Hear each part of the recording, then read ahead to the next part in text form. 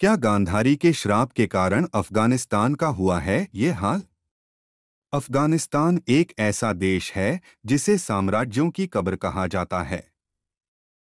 यहाँ पर युद्ध युद्ध और सिर्फ युद्ध ही होते रहे हैं। कहते हैं कि पहले यह क्षेत्र भारतवर्ष के आर्यावर्त के क्षेत्र में एक जनपद गांधार प्रदेश का ही हिस्सा हुआ करता था। महाभारत काल में यहाँ पर राजा सुबह का राज था जो गांधारी के पिता थे। कहते हैं कि राजा सुबह की पुत्री गांधारी ने धृतराष्ट्र से मजबूरीवश विवाह किया था। इसका कारण भीष्म थे। धंधे महाराज धृतराष्ट्र के लिए भीष्म ने गांधार नरेश की राजकुमारी का बलपूर्वक विवाह धृतराष्ट्र से कराया था। गांधारी के पुत्रों को कौरव पुत्र कहा गया, लेकिन उनमें से एक भी कौरववंशी नहीं था। धृतराष्ट्र और गांधारी के 99 पुत्र और एक पुत्री थीं जिन्हें कौरव कहा जाता था। गांधारी ने वेदव्यास से पुत्रवती होने का वरदान प्राप्त कर किया था। इस वरदान के चलते ही गांधारी को 99 पुत्र और एक पुत्री मिली थीं। उक्त सभी संतानों की उत्पत्ति 2 वर्ष बाद कुंडों से हुई थी। गांधारी की बेटी का नाम दुःशला था। गांधारी जब गर्भवती थी तब धृतराष्ट्र ने एक दासी के साथ सहवास किया था, जिसके चलते युयुत्सु नामक पुत्र का जन्म हुआ। इस तरह कौरव 100 हो गए। गांधारी का शकुनी नामक एक भाई था।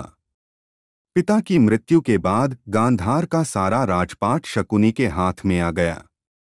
ऐसा कहते हैं कि भीष्म ने राजा सुबल के पूरे परिवार को नष्ट कर दिया था, तो उसका बदला लेने के लिए शकुनी ने कौरव और पांडवों को आपस में लड़वाकर पूरे हस्तिनापुर का नाश करने की साजिश रची थी।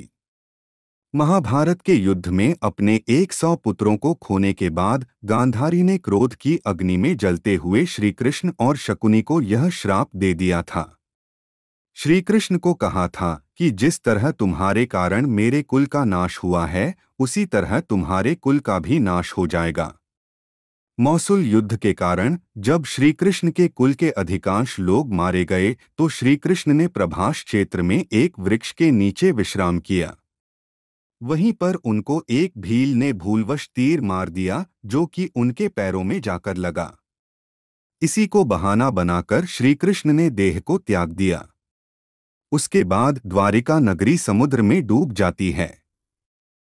इसी प्रकार गांधारी ने अपने 100 पुत्रों की मृत्यु का जिम्मेदार शकुनी को भी माना। गांधारी ने गांधार नरेश शकुनी को श्राप दिया कि मेरे 100 पुत्रों को मरवाने वाले गांधार नरेश तुम्हारे राज्य में कभी शांति नहीं रहेगी। वह हमेशा आपसी में ही उलझा रहेगा। लोगों को मानना है कि गांधारी के इसी श्राप के चलते आज भी अफगानिस्तान में शांति नहीं रहती है। तालिबान से पहले और तालिबान के बाद और फिर से तालिबान के कब्जे के दौरान अभी तक निरंतर इस देश में अशांति का साम्राज्य कायम है। यह देश कभी भी किसी भी काल में पूरी तरह शांत नहीं रह पाया है। एक किंवदंती भी प्रचलित है कि सिकंदर अफगानिस्तान को जीतने के लिए संघर्ष कर रहा था, तो उसकी मां ने एक चिट्ठी भेजी जिसमें लिखा हुआ था कि दुनिया को जीतने वाला सिकंदर इस छोटे से अफगानिस्तान को क्यों नहीं जीत पा रहा है। इस पर सिकंदर ने चिट्ठी का जवाब देते समय उसके साथ अफगानिस्तान की मिट्टी भी भेज दी।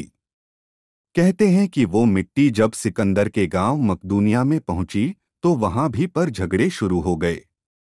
यानी अफगानिस्तान के लोग हमेशा लड़ते रहेंगे, पहले विदेशियों से, और जब वो नहीं मिलेंगे तो आपस में ही लड़ते मरते रहेंगे।